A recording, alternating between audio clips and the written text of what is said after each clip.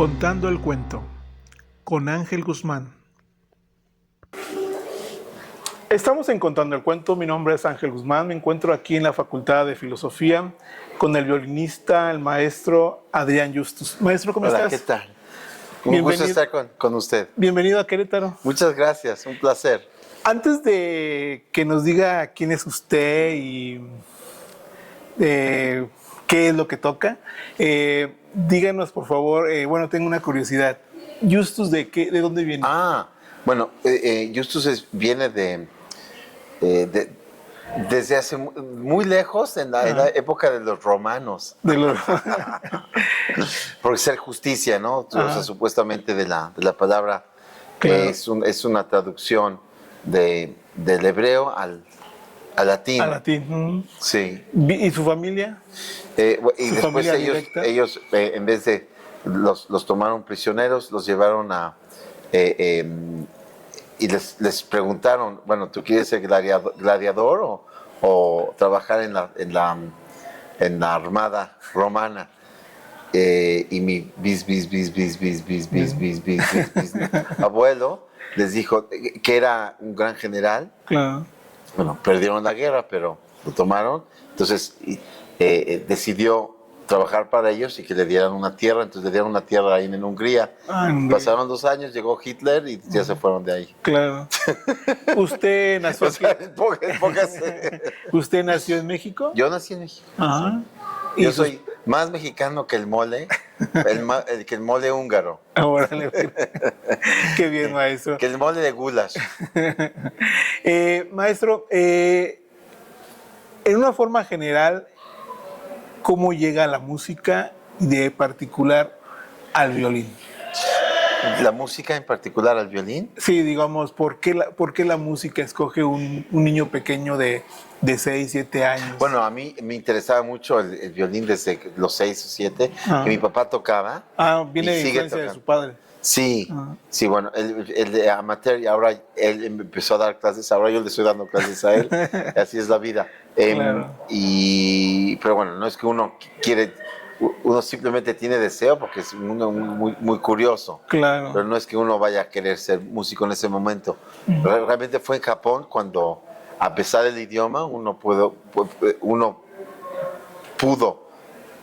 bueno, en ese caso, yo pude transmitir emociones y pensamientos por medio del violín, de la música, claro, a una cultura muy diferente, una lengua, un idioma muy distinto. A pesar de esas dificultades, por medio de la música se puede uno comunicar. Entonces eso me hizo tomar la decisión de seguir y tener el deseo de ser un violinista. Claro. Escuchaba también que ha tocado el piano. Sí, bueno, toco varios instrumentos. Y a mí me gusta mucho el clarinete, el trombón, el piano, la trompeta, pero en fin, al final de cuentas uno tiene que tocar un instrumento bien, ¿no? Y entonces, o tratar de tocarlo bien.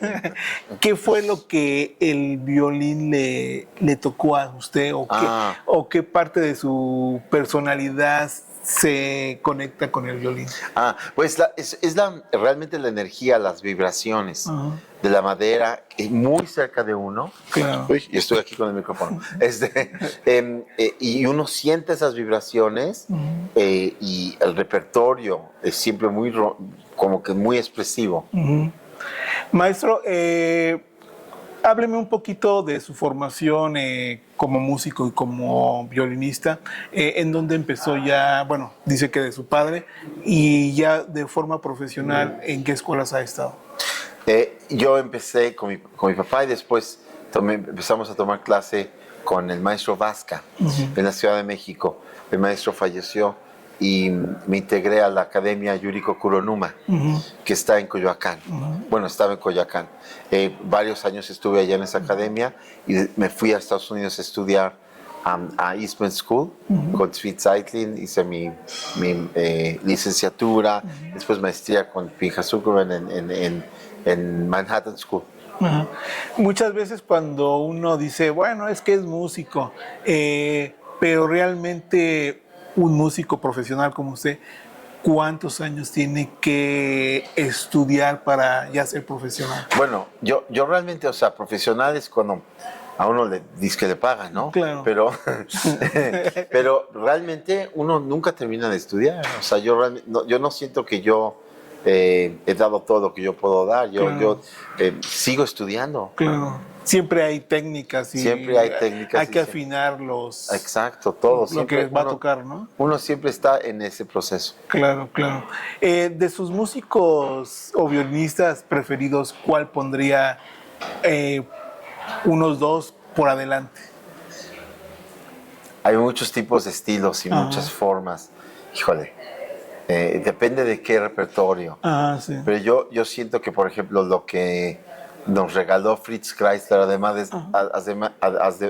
de ser un gran violinista, un gran compositor, que nos dio una de las obras que vamos a tocar este viernes, Preludio y el Allegro de Fritz Kreisler. Él, yo creo que Heifetz, Oistrakh, Kogan son pero también hay muchos otros. ¿Para usted hay uno que sea demasiado difícil o no, tal vez no difícil o complicado para interpretarlo? ¿Se refiere a compositores? Sí, a compositores.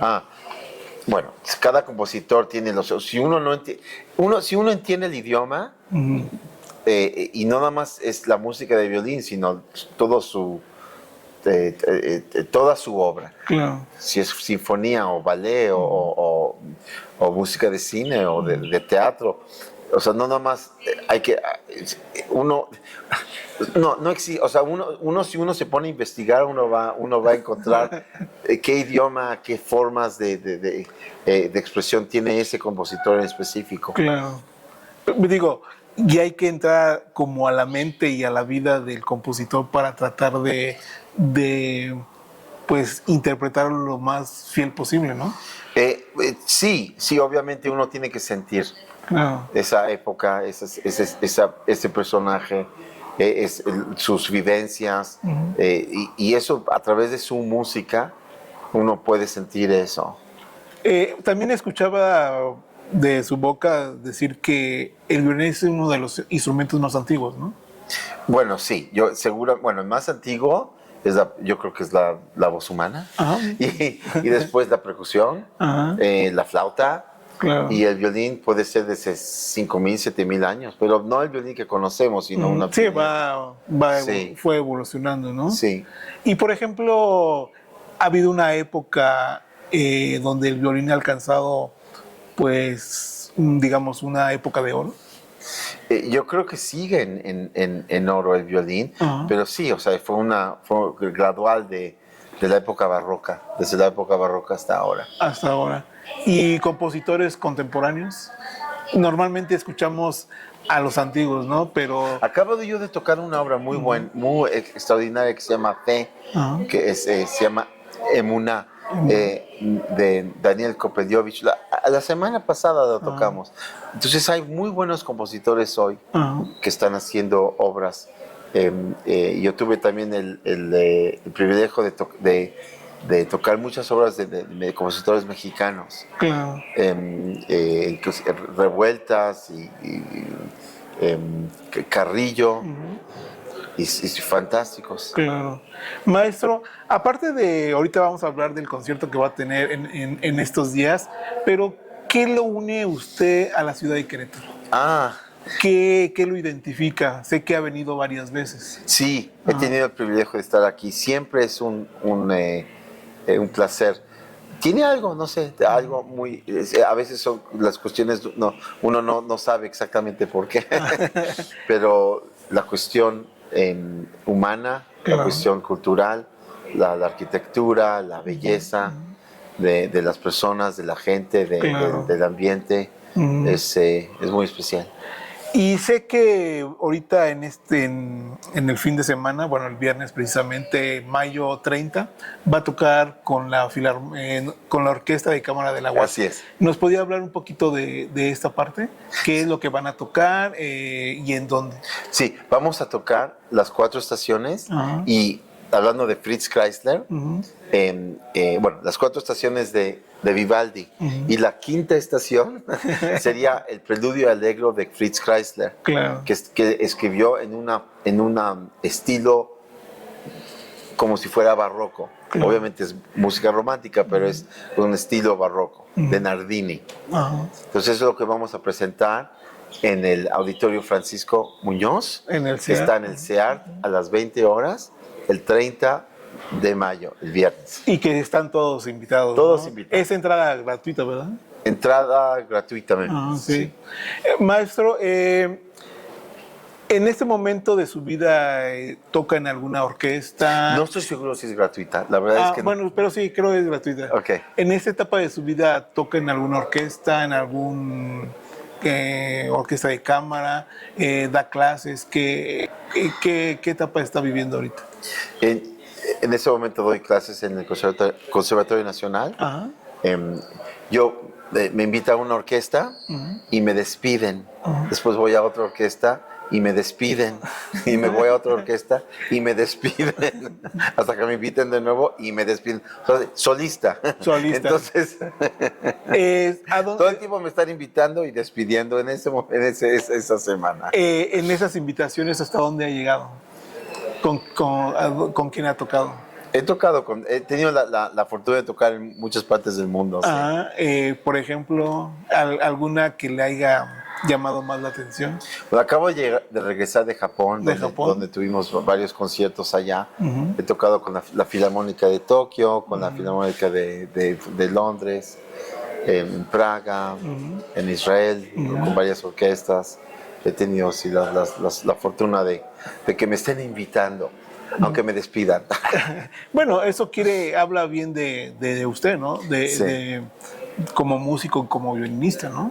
Que se esté presentando en varias partes del mundo. Yo siempre muchos pueden decir, y muchas gracias que sí, que tengo un bonito repertorio, un currículum. Pero para mí eso no es importante. Para mí es vengan al concierto y escuchen. Eso es lo más importante. Claro, bueno, pero hoy en día tenemos esa ventaja de poder ir a varios lugares, ¿no? Sí. Tal vez los músicos de la antigüedad no tenían esa fortuna de presentarse en varios lados. Exactamente. Esa desfortuna de llegar a otro país y estar 15 horas antes en tu horario de eso, es una gran fortuna también. No es fácil. Claro. Maestro, ¿para llegar a ser violinista es difícil?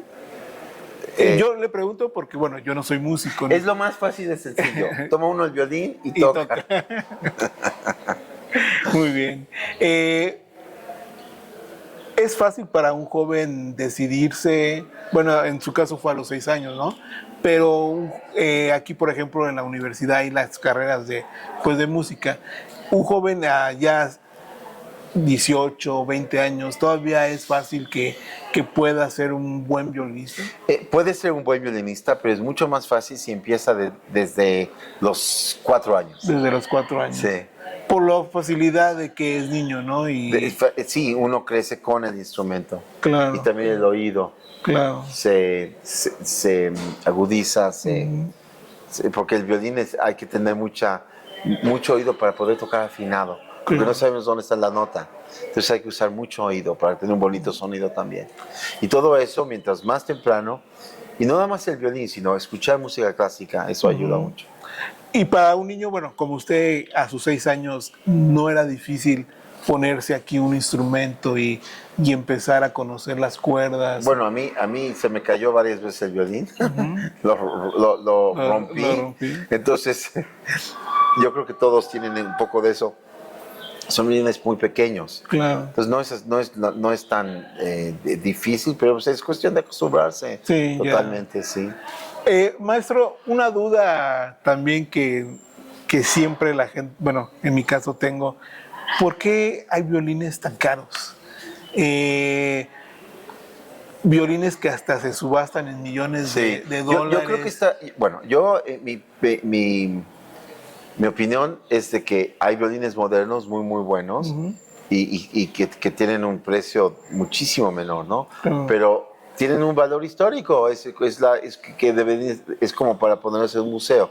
Ese es el valor que la humanidad le da.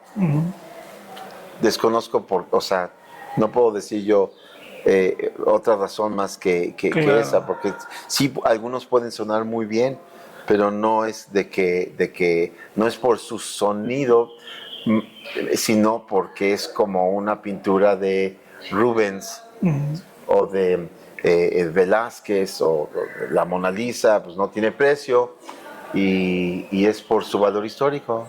Pero entonces aquí no influye de que mientras usted tenga un violín de calidad para tocar, no necesariamente tiene que ser de gran valor, ¿no?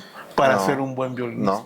No es necesario tener un violín de gran valor para tocar bien. Claro. Lo más importante es el chango con que lo toca. El que está ahí atrás. ¿Qué les diría usted a los jóvenes que van empezando a tocar, sobre todo violín? ¿Qué consejo les diría el maestro Adrián? Bueno, primero, los que tienen deseo, los que no tienen deseo. Los que tienen deseo. Sí, los bueno, que quieren ser grandes violinistas o concertistas en alguna gran orquesta, ¿no? ¿Qué recomendación? Sí, ¿qué palabras les diría a usted? Amor por el violín cada día.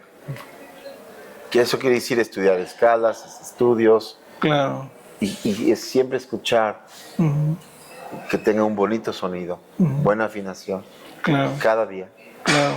Nos llama la atención, por ejemplo, bueno, usted mencionaba como una habilidad que tuvo el violín en su vida, que era el comunicarse, ¿no?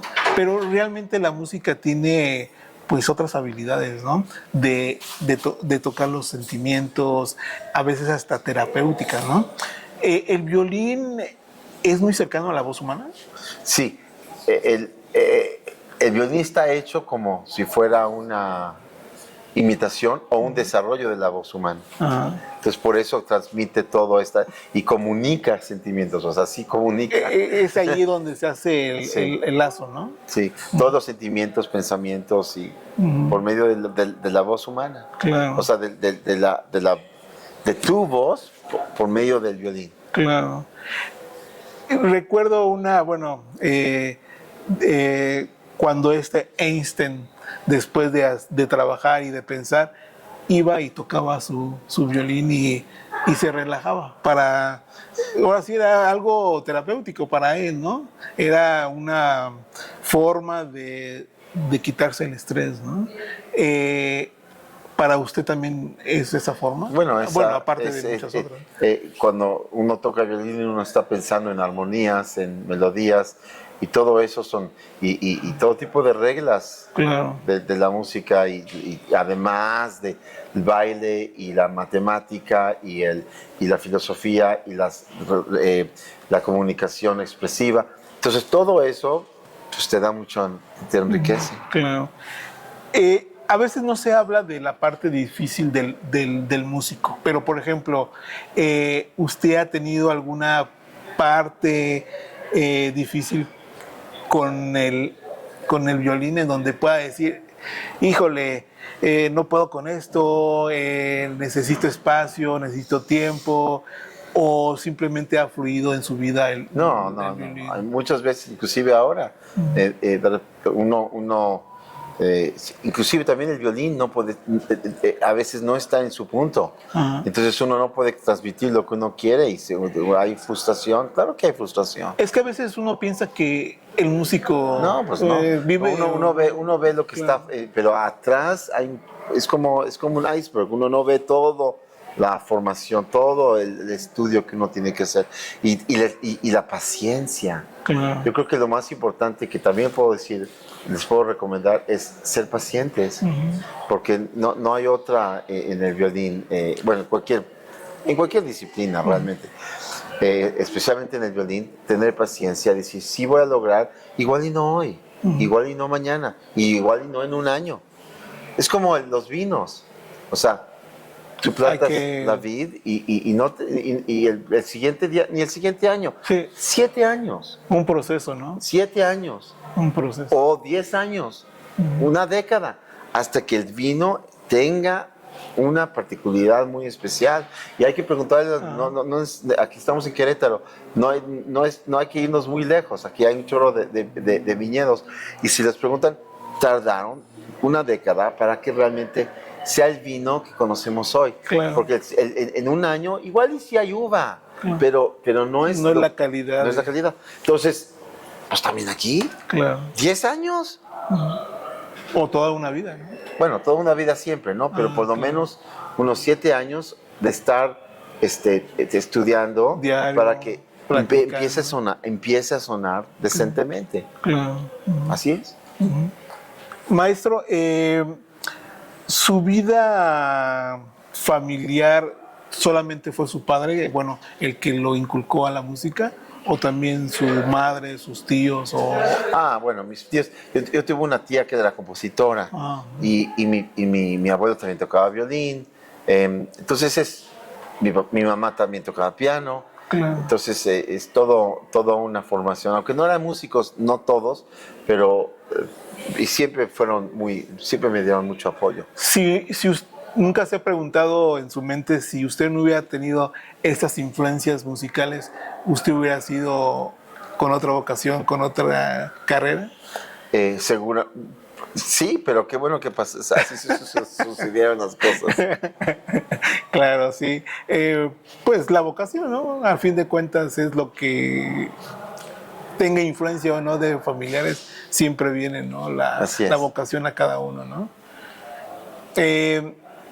¿Y el violín, el piano lo sigue tocando? ¿O ya...? Bueno, sí, de que lo puedo tocar, pero no es que lo estudie diario. Ya. Está enfocado al 100 al violín. Sí, te chupa toda la energía, las que tengas. Eso es muy bueno. Maestro, pues invite a la gente nuevamente al concierto que va a tener junto a la Orquesta de Cámara del Agua con su director, el maestro Daniel Ortiz. Sí. Si quiere hacernos la invitación. Todos invitadísimos. Aquí mismo. Bueno, no, aquí hacemos el ensayo, sí, pero aquí. No es aquí. Es en el CEAT, que es en el teatro en Francisco Muñoz del CEAT, en la ciudad de Querétaro, a las 20 horas, este 30 de mayo, viernes, con el director Daniel Ortiz y la orquesta de Cámara de la Universidad Autónoma de Querétaro. Están todos invitados a escuchar las 4 estaciones y el preludio y alegro de Fritz Kleisler con su servidor Adrián Justus tocando el violín. ¿Sus redes sociales, maestro? Sí, Adrián Justus en Instagram está y en Facebook también. Así lo podemos buscar. Sí, Justus con J. J, U de uva, sí, ese Samuel. Como nosotros diríamos Justus. Justus, pero con 2 U, o sea, Ju, S-T, de tango, U de uva también, y después ese Samuel. Perfecto, maestro. Muchas gracias, maestro. Un placer tenerlo aquí y esperamos el día viernes poderlo escuchar. Gracias.